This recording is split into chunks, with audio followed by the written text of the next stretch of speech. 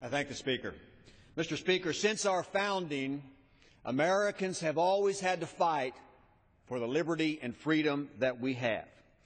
But throughout our history, we have had allies from other parts of the world on our side, ready to help us, and we have been ready to help them. Stand together for freedom over tyranny. Today, I want to commemorate one of our most important allies, the people of Serbia. For more than 130 years, we've had a close relationship with the Serbian people. I have on my staff here in Washington a Serbian American, Blair Bajelos, who is my victim advocate. When I was in Texas at the courthouse, my chief of staff, Elaine Dudic-Stolte, who now runs the best children's assessment center in the world, worked for me, both of Serbian descent. But our friendship with the Serbians is based on our shared belief in democracy and just standing up for the right thing. During both World War I and World War II, our two countries fought on the same battlefield, and our people shared and shed the same blood together. Because of that brotherhood, we have a special relationship.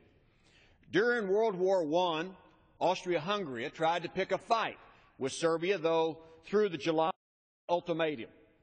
Of course, the ultimatum, wasn't a deal at all, and it purposely unacceptable and meant to provoke a war with the two nations.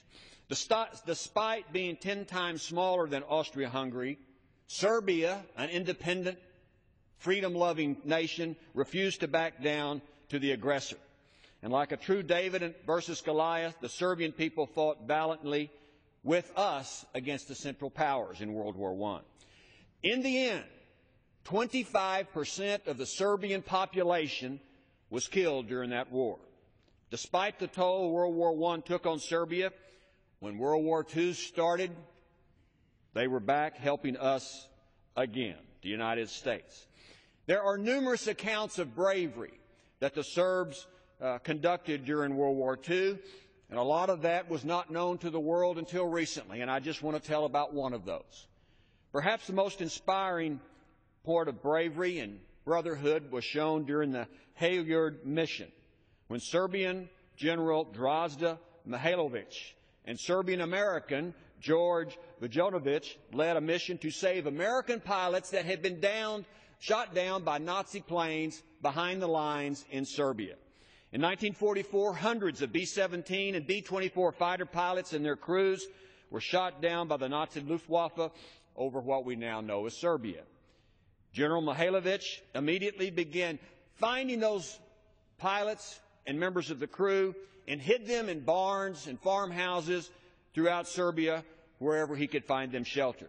He and his men and local Serbian civilians hid our troops. They risked their lives in doing so, and many of them later paid the consequences when the Nazis found out about it. When Mihailovic radioed Washington to alert them of his actions here in the United States, Banodajic, a OSS agent, found out and planned a daring rescue mission. Vujanovic would train Allied forces on how to act like Serbs, sneak them into Nazi territory to save the downed pilots and their crews. Once in, they would help guide U.S. planes to the country to pick up the downed pilots. With the help of local Serbs, the undercover soldiers, and General Mihailovic, they built a makeshift runway in just 9 days. They had no sophisticated tools or machinery. They just used ox wagons, brute strength, and the tools that they could find. And over the next 6 months, Allied planes flew right under Nazi noses to land on that crude airstrip. I was most fortunate to have known one of those brave men. Serbian George Dudic was among those who risked his life to save those American downed pilots. And when Mr. Dudic and his family later came to the United States after Communist Tito took over, he took time to find many of those downed pilots and crew members to meet with them once again. In total, the Hayward mission saved 512 U.S. airmen. Not one American was lost, although many Serbs died in that attempt. Unfortunately, the United States took the wrong side after the war, and we signed up and supported Tito. We did not recognize Mihailovic's deeds until recently, and now he has been awarded the Legion of Merit, and Banodajic, a 95-year-old, received the Bronze Star from the United States. Many Americans and many American Serbs served together then, and I want to congratulate the relationship and commemorate the relationship between the United States and Serbia during the wars and the relationship the two countries have today. And that's just the way it is. I yield back, Mr. Speaker.